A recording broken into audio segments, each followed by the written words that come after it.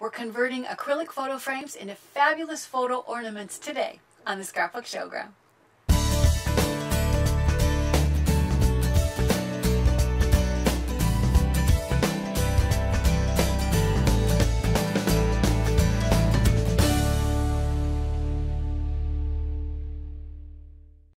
Hi, I'm Sandi Genovese and welcome to the Scrapbook Showground.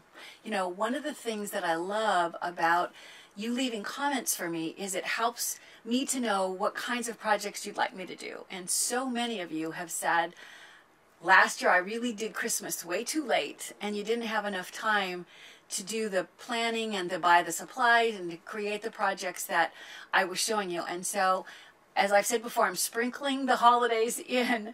I started in July, and just every 6 weeks or so, we're doing another holiday project. Well, here is what we're going to make today for the upcoming holiday season, and this one is a photo ornament, which I think is a tradition that you should start.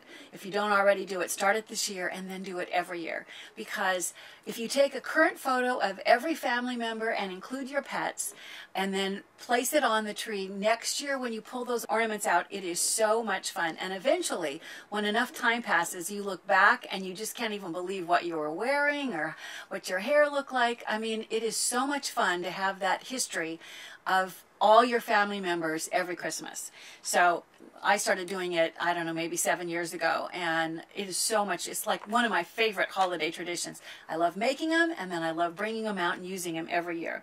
This is incredibly easy. So here's the one that I've done that we're going to make today, and I've started with an acrylic photo frame. I've added some bling, and I drilled a couple of holes, which allowed me to add this silk cord, or actually I think this is nylon, that makes it simple to hang. Well, here is what I started with. It's simply, this came from Making Memories, and they're meant to go on your scrapbook pages. All it is just an acrylic frame. Comes in lots of styles, lots of designs. They're all square, but lots of designs where this one has Christmas wording. There are lots of other choices, and I have lots that I'm going to show you in a little bit. But first, let's just get to making this one. In order to start, the first thing I need to do is I need to create holes. Now, this actually has a clear backing. I don't know if you can just... I don't want to lift it off because I'm going to leave it on there. The clear backing is what's going to allow me to place a photo in there that I have something to stick it to.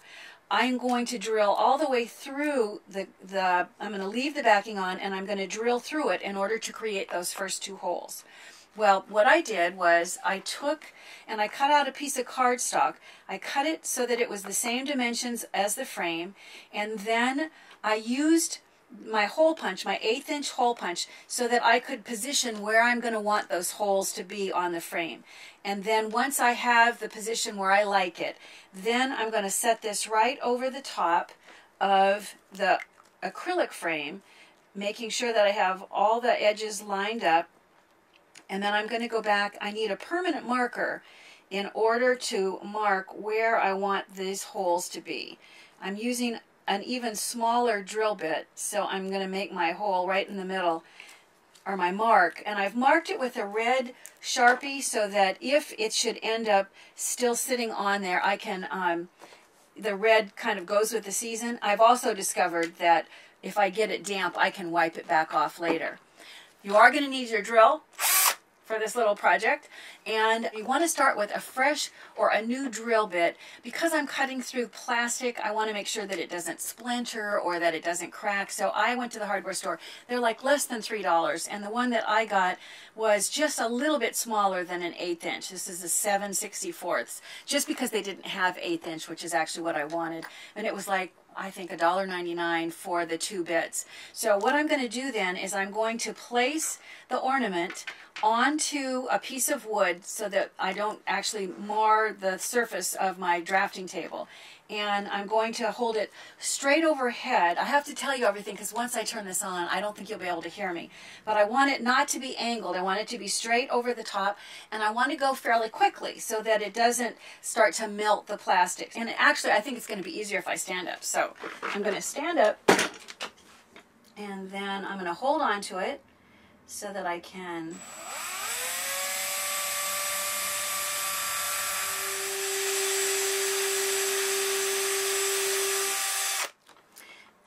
you can see that I've drilled the first hole, and then I'm going to turn this, get rid of any of this loose kind of plastic here, and I'll do the second one. I find that it's easiest sometimes to align it, to kind of use my finger to get it in the position, not obviously when the drill is going, but when it's not going, to get it lined up correctly, and then just press.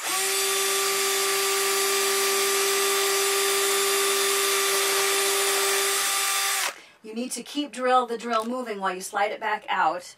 And I'll move everything out of the way and sit back down.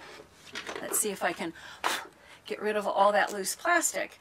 And that gives you the holes.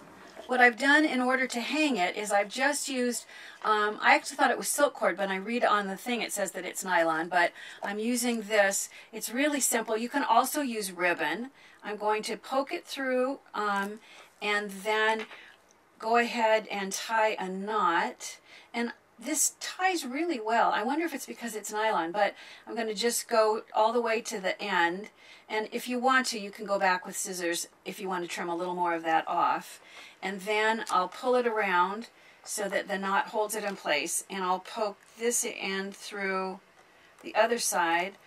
It's handy to leave it nice and long in order to make that knot. And then, and you can make yours shorter when it comes time to actually, depending how much you want it to hang on the tree. If you want it to be, not have such a long thing, you can make the knot much closer in. But start with the cord longer than you need, because it's much easier to tie the knot that way. Once you have that attached, now let's look at putting the photo inside. What I did was I took, here's the frame itself. I took a photo and I put it in my printer and printed it out in this smaller 2x3 size. And this was Addison. It was her first Christmas. And I love the fact that she's wearing her Christmas hat that says My First Christmas. So I went ahead and printed it in this smaller size. In order to see where to cut it, what I did was I took first and I laid this down, and I can see where I want to trim it.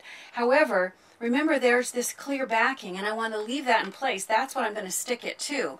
So all I did was, with my ruler, I measured the size of this opening, and I used a little Post-it note to create the same, I lay it down here, you can see I've got the same size opening.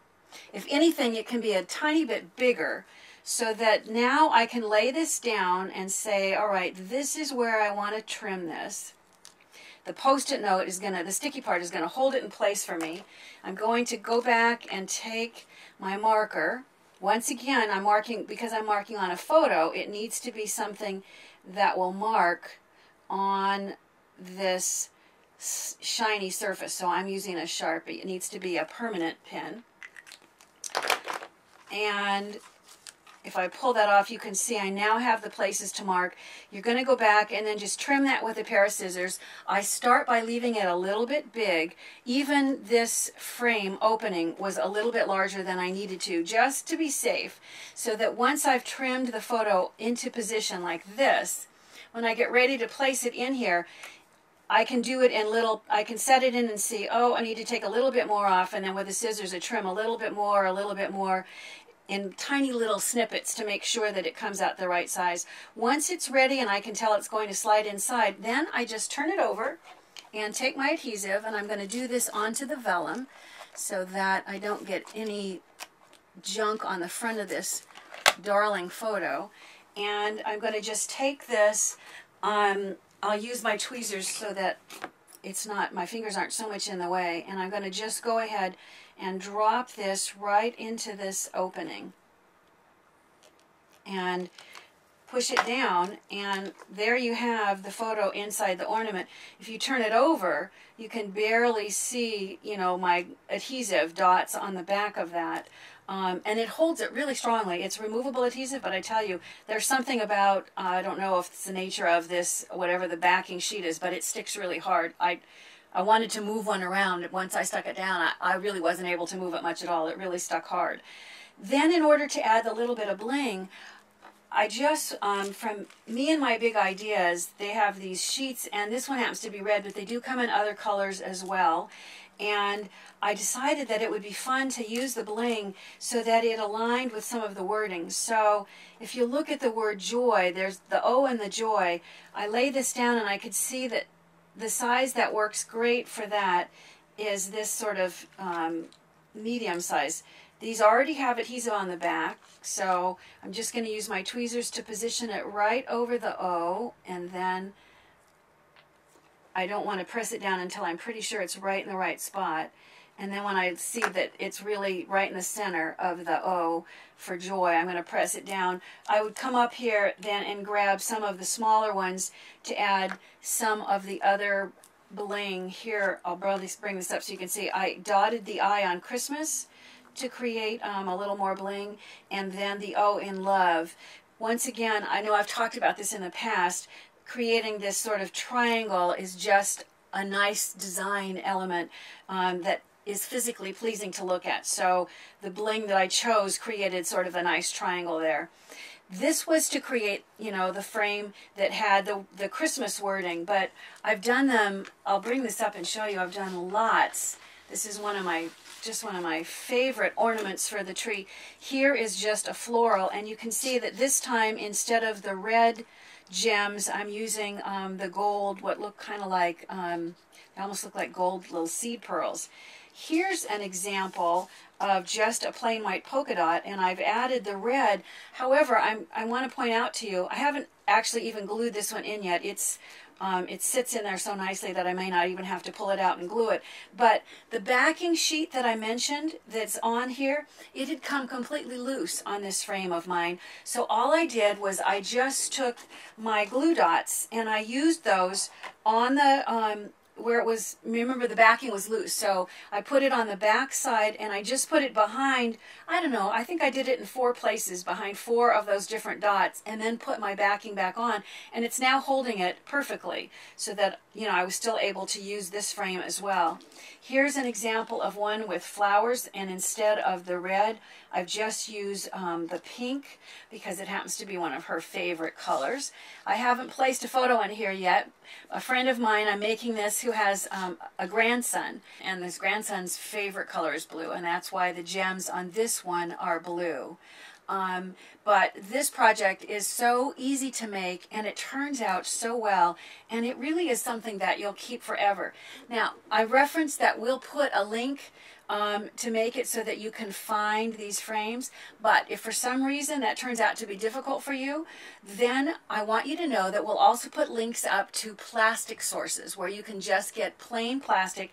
They'll cut it in the size you want, and you can then use just white rub-ons in order to decorate. You can see all of these, the snowflakes for instance, you can find in rub-ons, and wording, you know, it could even be the name of the person who's going to be in the photo, but you could start that way and use blank plastic and create your own.